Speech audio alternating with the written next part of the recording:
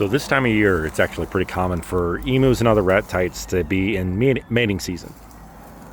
So we got our two paired up male-female cassawary. We're trying to introduce and see if they can make some magic happen. Lay a couple eggs and have some babies.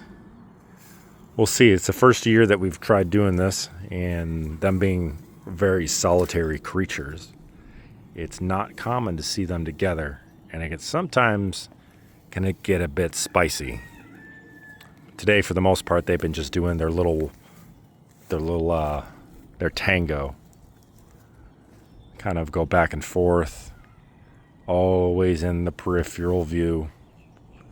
Never really straight on one another until they get cornered, I guess. But we'll see. Stay tuned. Maybe we'll have some babies soon.